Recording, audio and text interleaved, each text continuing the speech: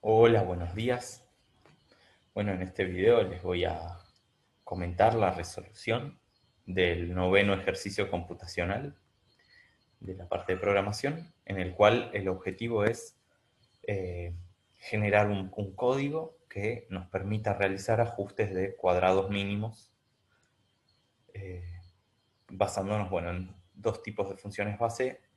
Unas son senoidales y otras polinomiales.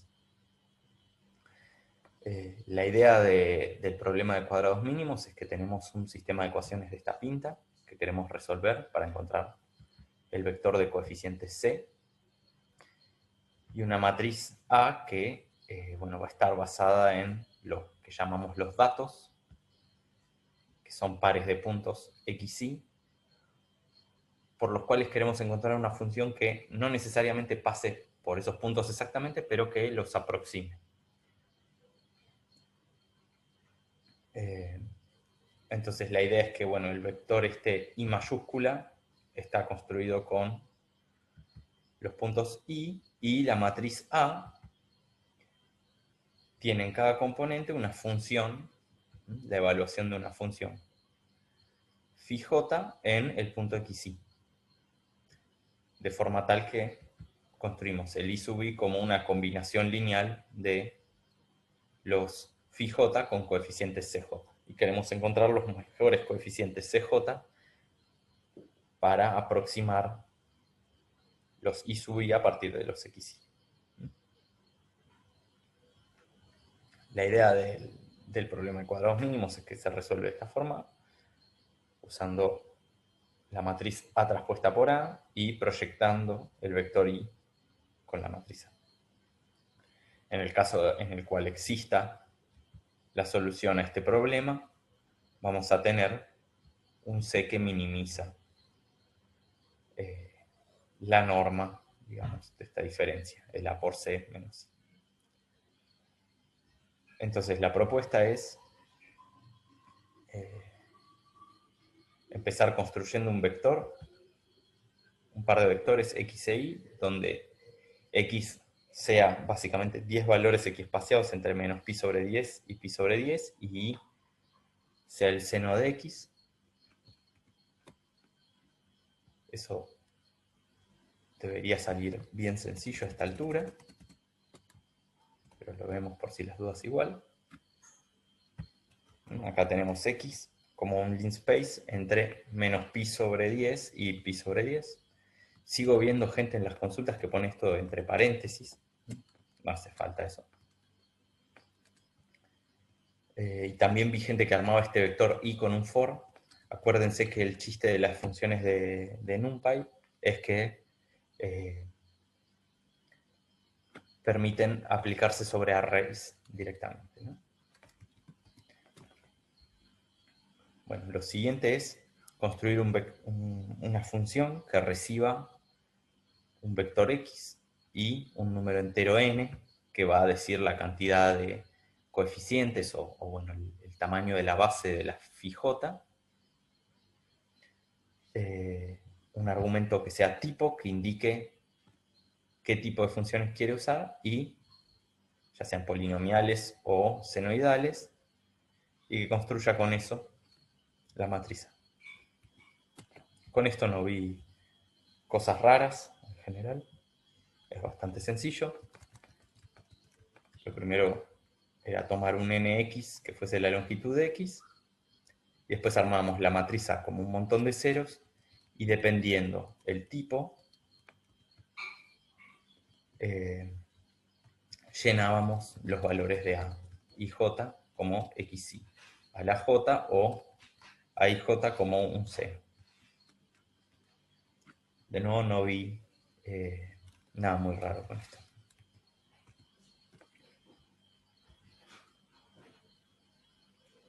Bueno, había un ejemplito para probar, que da esto de acá arriba. Para el array 0,2 y n igual a 3, tenemos los dos primeros valores que son unos, después 0 y 2, y por último 0 y 4 porque es el coeficiente al cuadrado. Fíjense que n igual 3 es un polinomio de grado 2, en el caso de que el tipo sea polinomial. Bueno, lo siguiente era una función cuadrados que recibiese los vectores x, y, la cantidad de coeficientes que vamos a querer usar y el tipo, y con eso armas la matriz B y calculase el vector C. De nuevo, no era nada muy misterioso, armábamos la matriz A con lo anterior, el B como el producto de A transpuesta por A, y después el vector C lo obteníamos multiplicando la inversa de B por el producto de A transpuesta por A. Bueno, acá había un ejemplito para probar, donde la idea era aproximar 0,1,2, 0,1,4 con un polinomio de grado 2, y lo que resulta que se puede ver acá es que los coeficientes son 0 prácticamente de nuevo, y 1 en el coeficiente de grado 2.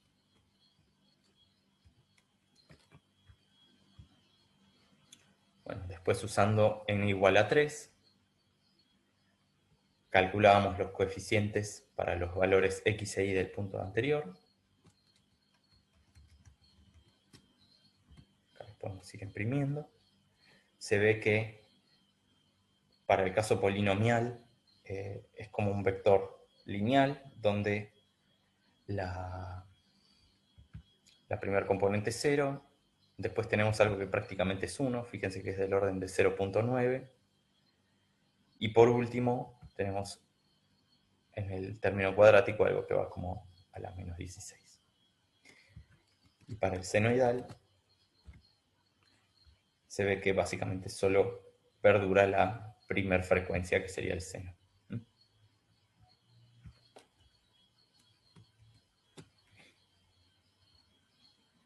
Bueno, después, para el punto E, la idea era generar una función que generase una función a su vez que permitiese calcular el polinomio, muy parecido a lo que hicimos en el problema 7. Hubo gente que me preguntó por qué estaba básicamente 2 veces la definición de la función, si no hacía falta eso, y es correcto, no hacía falta. Básicamente está tomado de la forma en la que está escrito el ejercicio del cuatrimestre pasado, con lo cual no era necesario partirlo así.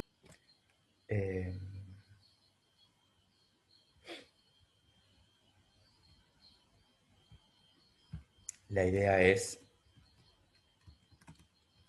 basándose en esto, sencillamente, prácticamente dice 2 veces lo mismo, podría estar borrado esto. Armamos la matriz A usando el vector M, la longitud del vector C y teniendo en cuenta el tipo. Y después sencillamente era A por C, que siguiendo la idea de acá, A por C me da los valores de I aproximados. ¿Sí?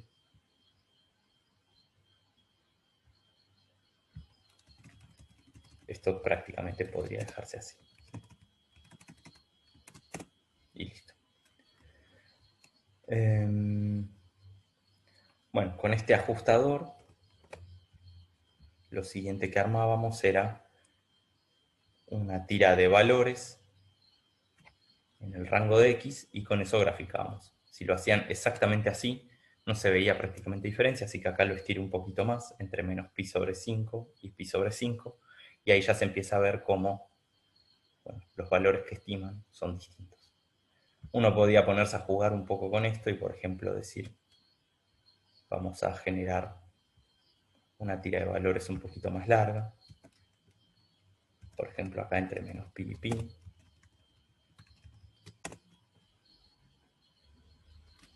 Y le ponemos coeficientes hasta grado 3. Y a ver, acá me mandé alguna macana en algún lado.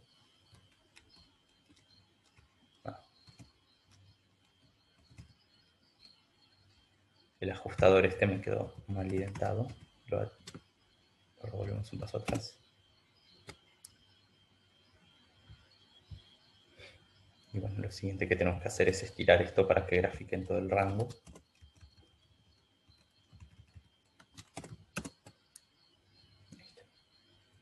Y ahí pueden comparar cómo serían los valores que son realmente del seno, que los aproxima muy bien, con el polinomio de grado 3, que se ve más la diferencia. Bueno, el grafiquito es como siempre, les queda ahí el código para comparar. Y después ya en el punto F, la idea era comparar con distintos valores de n ajustes a los datos del problema 7. Entonces eso lo tenemos acá. Daba algo de esta pinta, donde se ve que a mayor grado, más parecida a la interpolación es el resultado que obtenemos, más siguen las funciones a los datos, ¿sí? Estaríamos teniendo la recta, que es el polinomio de grado 1 o n igual 2 coeficientes, una función cúbica, una función quinta y una función séptima.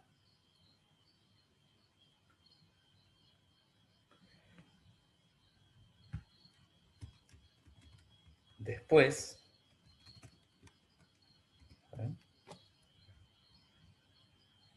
ya en los ejercicios extra, la idea era generar una función primero que calculase el error del ajuste,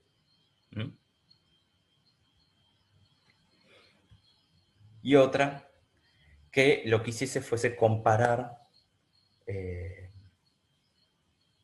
error de predicción de cada uno de estos modelos.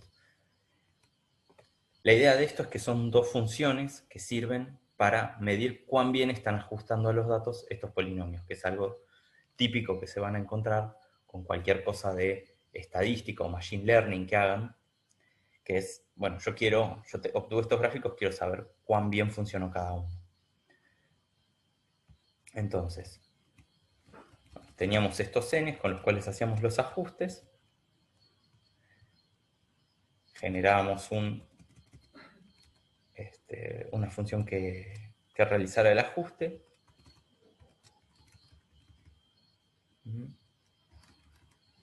Acá estamos. El error directamente lo calculamos como la diferencia entre el i ajustado y el valor de i real. Este es el del punto G. Y entonces después con un for, sencillamente voy guardando esos valores de los errores en una lista.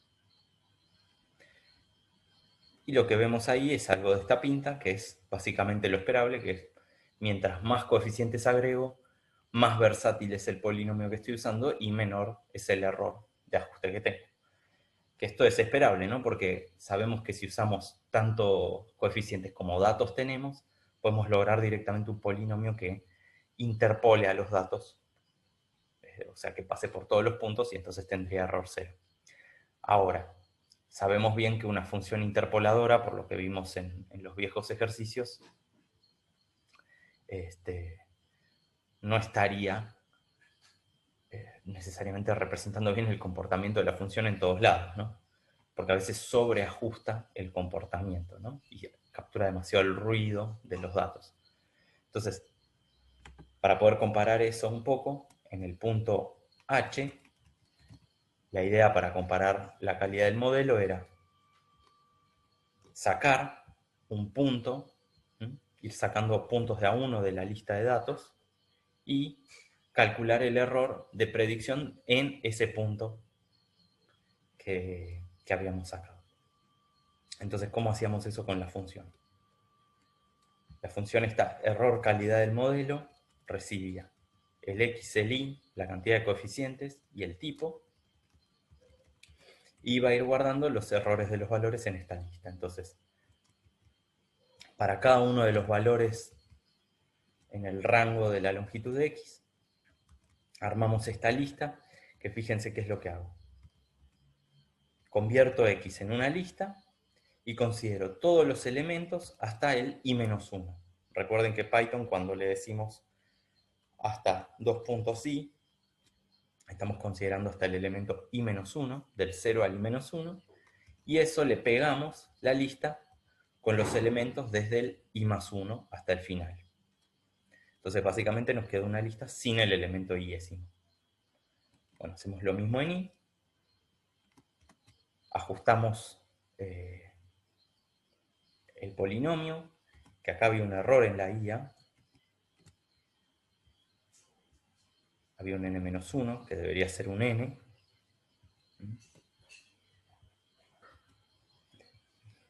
Y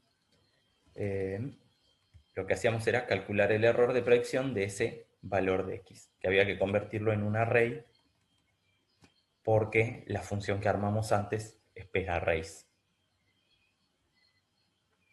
Y bueno, básicamente guardar el error y después calcular el promedio.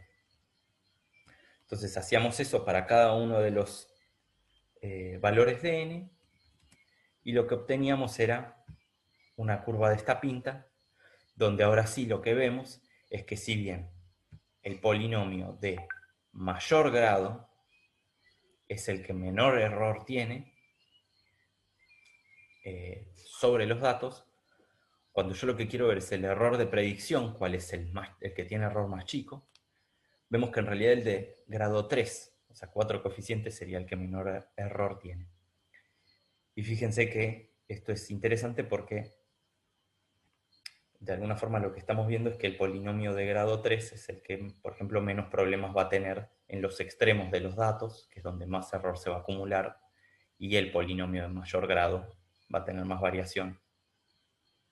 Si nosotros estuviésemos haciendo esto realmente para poder predecir valores de los datos en lugares donde no conocemos exactamente cuánto valen esos datos, lo que terminaríamos prefiriendo es este polinomio de grado 3, que minimiza no nuestro error de ajuste en general, sino nuestro error de predicción en los datos. Así que bueno, como siempre, les dejo el REPL en REPL y nos vemos en el próximo video. Hasta luego.